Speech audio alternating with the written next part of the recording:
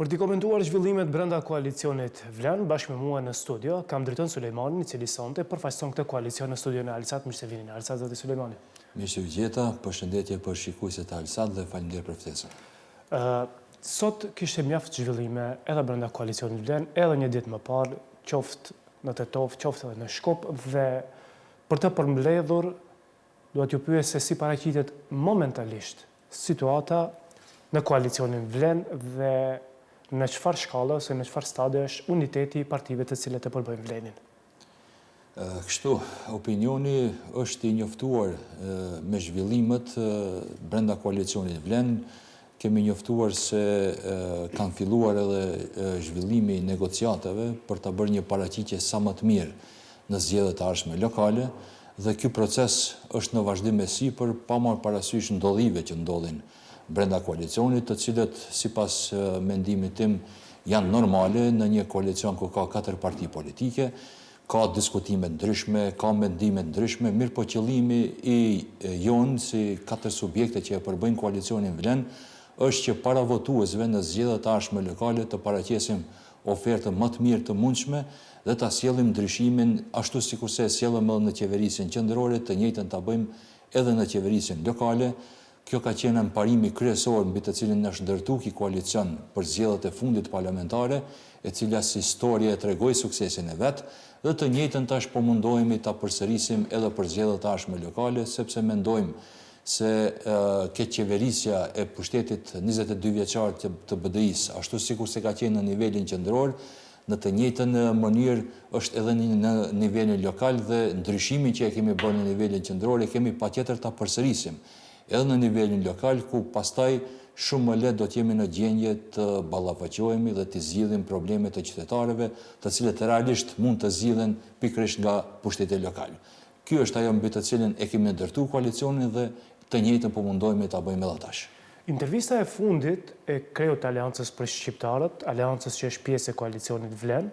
Arben Taravari, dha një shpresë tek oponentët e tuaj politik se Vlen mund të shkojë drejt shkatërimit. Deri në zgjedhjet lokale, a mbetet Vleni unanim dhe pastaj të shqyrtohet mundësia e formimit të një subjekti ose jo ashtu siç ishte deklaruar në fillim kur u krijua? Realisht prej se është formuar koalicioni Vlen, qëllimi ka qenë që të ketë paraqitje në zgjedhje edhe për ato zgjedhjet parlamentare, po edhe për zgjedhjet e ardhshme lokale, dhe mendoj se andele është duke shkuar puna, pa marrë parasysh deklaratave. Një gjë duhet të jetë e qartë në gjithë këtë koalicion edhe në punën e koalicionit, e cili është ndërtuar si antipodi BDI-s, ashtu edhe duhet ta vazhdojë rrugën këtij koalicion, dhe në këtë mënyrë ne po mundohemi të gjitha ato dallime të cilët pa më parasysh sa janë, ti minimizojmë edhe të arrijmë fund një marrëveshje të cilën do të jetë e mirë për qytetarët. Do të thonë koalicioni Vlen me gjithat angazhimin e vet që e bën për të dalë bashkë në zgjedhje lokale, sepse ashtu e dëshirojnë qytetarët, edhe këtë dëshirë të qytetarëve na e kanë vërtetuar në zgjedhjet e 8 majit, sepse vetëm kur u bashkuam si një koalicion, arritëm ta dërgojmë BDI-n në opozitë. Të kota janë shpresat e Bashkimit Demokratik për Integrim se do të ketë përçarje.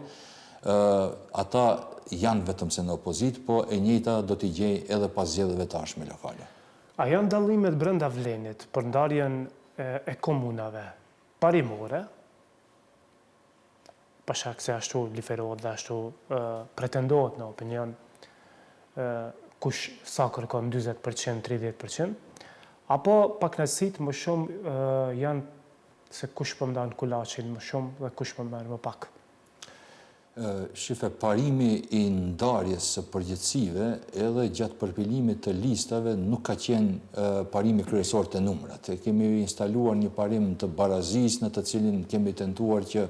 asnjë subjekt politik pjesë e koalicionit Vlen të mos e ndije veten keq,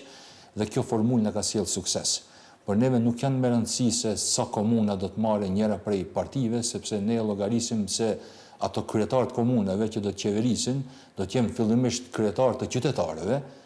që do ta sjellin ndryshimin e shumë pritet të qytetarët, e pastaj do të jenë kryetar të Vlenit e pastaj e treta me radha që mund të kenë ndonjë përkatësi të ndonjë subjekti politik. Ne mendojmë se kështu duhet të zhvillohen edhe negociatat, edhe mendojmë se në mënyrë të tillë do të gjejmë zgjidhje më të mirë të mundshme me të cilin zgjidhje do t'i përfaqësojmë shqiptarët në mënyrën e drejtë, do ta sjellim ndryshimin nëpër komunat të cilat ato janë duke e pritur për një kohë të gjatë. Do të thonë, për momentin janë duke u zhvilluar bisedime. Unë jam optimist, të gjithë brenda Vlenit, po edhe qytetarët presin një gjë të tillë që Vlenit të dalë i bashkuar edhe sikurse e mundi BDI në zgjedhjet e fundit parlamentare ta përsërisë të njëjtin rezultat edhe në zgjedhjet lokale. Këtu duhet të ndalemi pak. A prisni që me 6 prill Aleanca për Shqiptarët ose Kuvendi i Arben Taravarit të sjellë vendimin të cilin e presin shumica brenda Vlen, dhe me këtë mbase edhe, siç pretendoni ju, shumica e simpatizantëve ose qytetarëve që kanë mbështetur Vlenin, që Vlen të vazhdojë deri në zgjedhjet lokale i pandar, apo prisni që mbi raportin që japin deputetët nga grupi i punës brenda Kuvendit, Aleanca për Shqiptarët të sjellë një vendim ndryshe?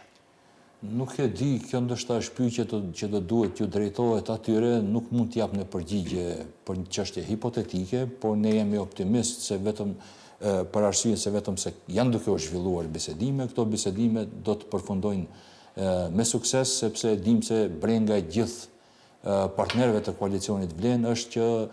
të japin një ofertë sa më të mirë për qytetarët, është brenga e gjithë neve është qytetari, edhe qytetari të ketë një standard sa më të mirë jetese, kushte sa më të mira për jetë e kështu me radhë. Duke u bazuar të kjo, mendoj se do t'ja dalim në këtë aspekt, po nuk mund t'ja përgjigje konkrete se çfarë do të ndodhë në Kuvendin e njërët prej partive politike, po të jemi optimist dhe të shohim se çfarë do të ndodhë. Sot kishte një takim mes liderit të opozitës maqedonase dhe kryeministrit Mickoski. Opozita shqiptare kritikoi për anashkalimin e bllokut politik shqiptar. Si e sheh Vlen këtë takim mes liderëve të bllokut politik maqedonas dhe pse ishte e nevojshme mos jetë Vlen,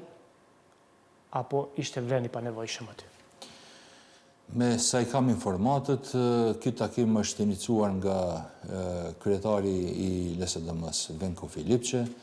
edhe ky takim ndoshta kanë mund të diskutojnë tema të cilët u përkasin atyre dy partive politike.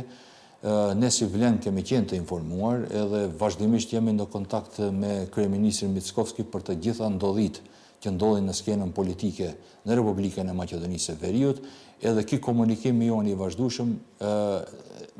gjithsesi se do të vazhdojë të ndodhë. Mendoj se është një takim i cili më shumë i ka shërbyer dy partive politike ndoshta për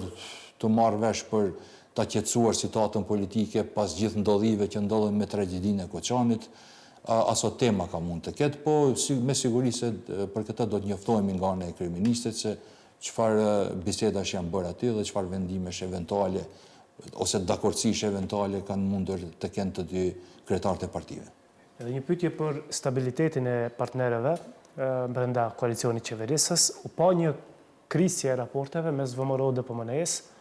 dhe partisë Maksim Dimitrievskit Znam, një shkëmbim i kritikave mes deputetit Antonio Miloševski dhe ministrit e drejtësisë Igor Filkov.